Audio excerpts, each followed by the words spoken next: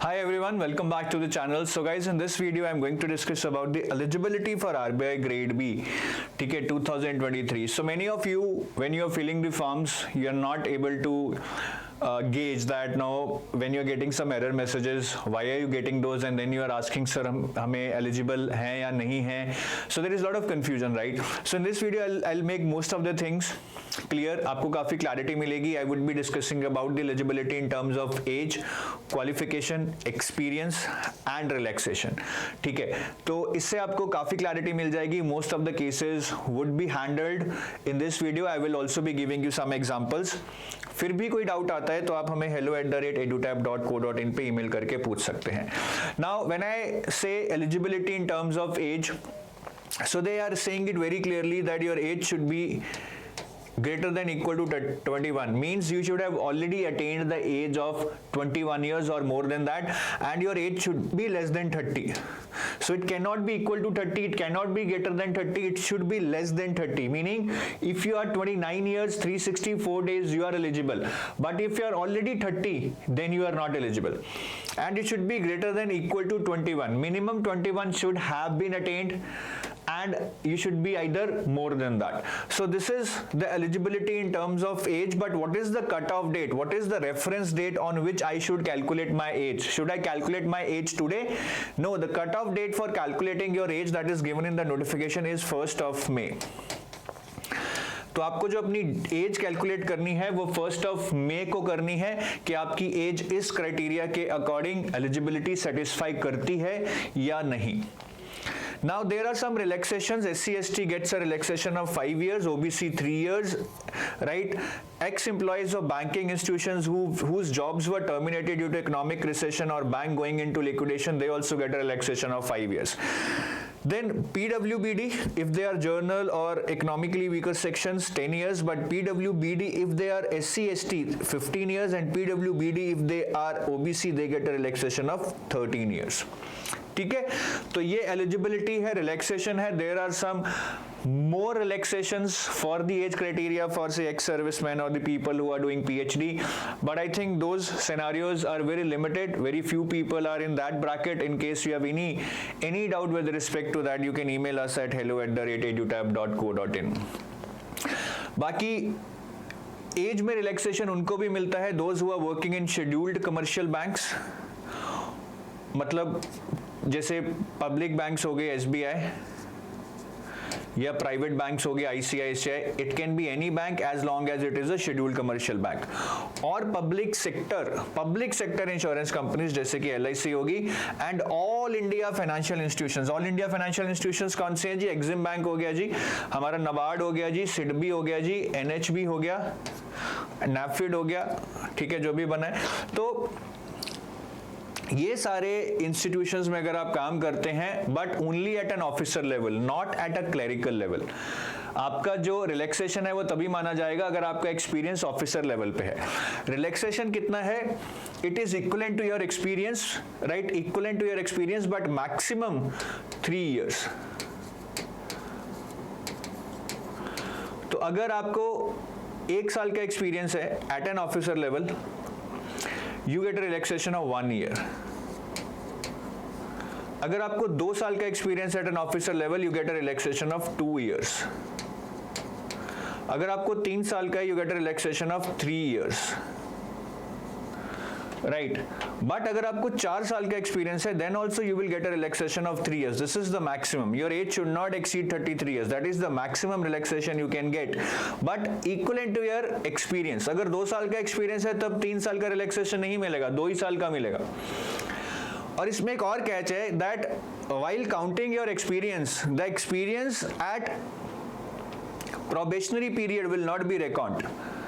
मतलब अगर आपका टोटल 4 साल का एक्सपीरियंस है, उसमें से 2 साल प्रोबेशन है, तो आपका टोटल एक्सपीरियंस जो माना जाएगा वो 2 साल माना जाएगा.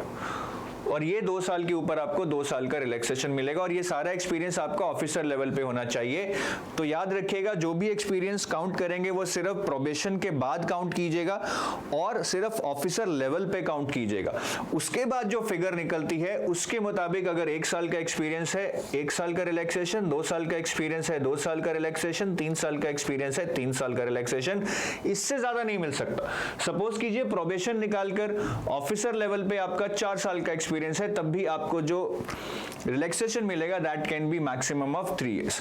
So I hope this is clear. The point here to be noted is that your experience should be at officer level and probationary period would not be counted in experience.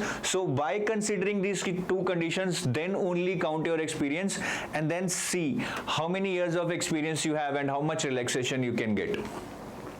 अगर qualification की बात करूं तो simple है। First of all, you do not need any specialization, graduation in any discipline by any discipline. It can be pharma, hotel management, architecture, physics, chemistry, bio, anything, doesn't matter. They are very clear. They are recruiting for journalist posts, so you can have experience in you can have qualification in any discipline provided you have minimum 60% marks. And here also there is a relaxation for SC, ST and PWBD 50%. तो अगर आप OBC हैं, EWS से आपको कोई relaxation नहीं है, you still have to go with this minimum 60% marks. But यहाँ पे एक और कैच है, either तो you should be graduate in any discipline with 60% marks और SC, ST, PWBD 50% marks, or you should be postgraduate with minimum 55% marks in any discipline. तो अगर आपने ग्रेजुएशन कर रखी है बट उसमें सपोज कीजिए आपके मार्क्स कम है, 50% मार्क्स हैं, आप जर्नल कैटेगरी से हैं, आप एलिजिबल नहीं हैं, बट सपोज कीजिए आपने पोस्ट ग्रेजुएशन भी कर रखी है, in that you have 55% marks, so you are fulfilling one of the conditions because they have mentioned that graduation with 60% और दोनों में से एक, और मतलब दोनों में से एक, और post graduation with 55% marks, you are eligible. ठीक है, और यहाँ पे भी पोस्ट ग्रेजुएशन के केस में SC, ST and PWBD just need pass marks. So इसको देखकर काफी लोग कंफ्यूज होते हैं, sir is post graduation mandatory? No, it's just given you as an option because some people have very low marks in graduation, then they become eligible if they have higher marks in post graduation. But if you have only done your graduation, that's okay, but you should have this minimum marks criteria fulfilled, then you are eligible also on the basis of your graduation.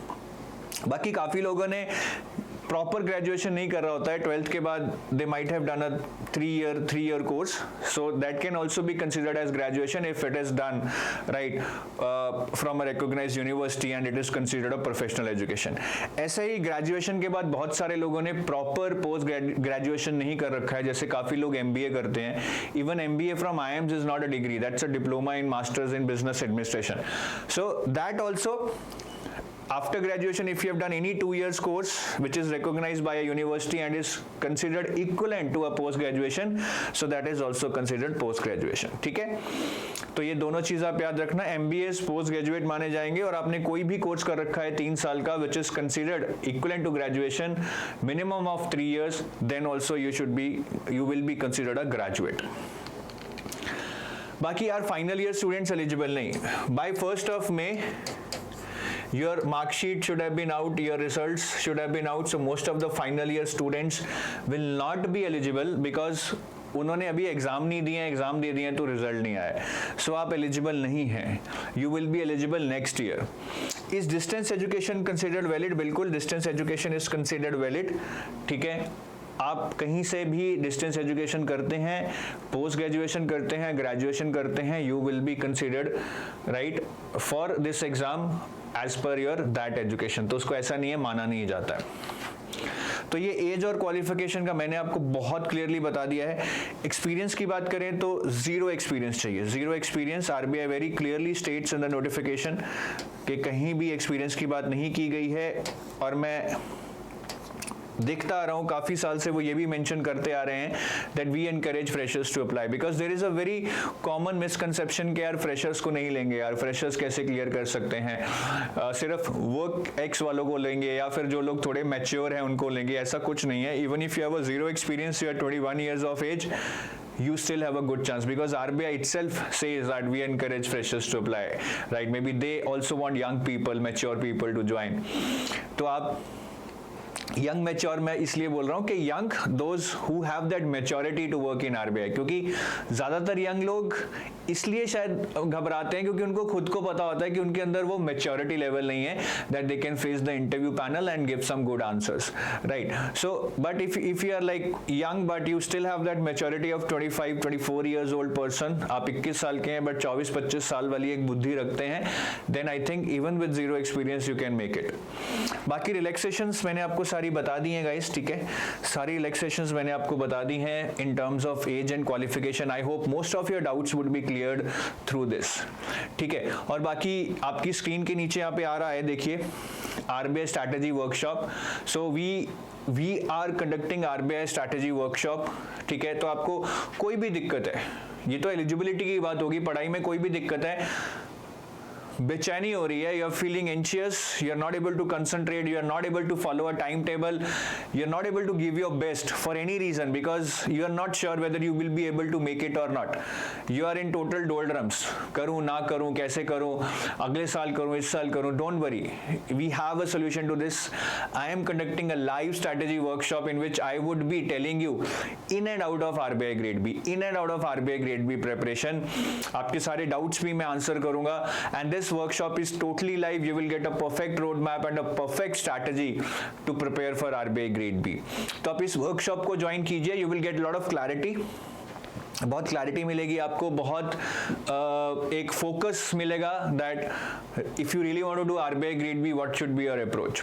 और ये workshop बिल्कुल zero फी इस workshop को attend करने के लिए आपको देनी है, ठीक है. कोई चार्ज नहीं है, बहुत ही जैम पैक्ड वर्कशॉप होता है, लिमिटेड सीट्स होती हैं. I would request you, if you really want to attend this, please go to the description of this video, there is a link to join this workshop, reserve your seat now and I will see you on the other side. So that's it for now. I take your leave and I wish you all the best. Time कम है, dreams बड़े हैं, मेहनत कीजिए, best दीजिए, अपने आप रास्ता बनता चला जाएगा. Have a nice day, bye bye, जय हिंद.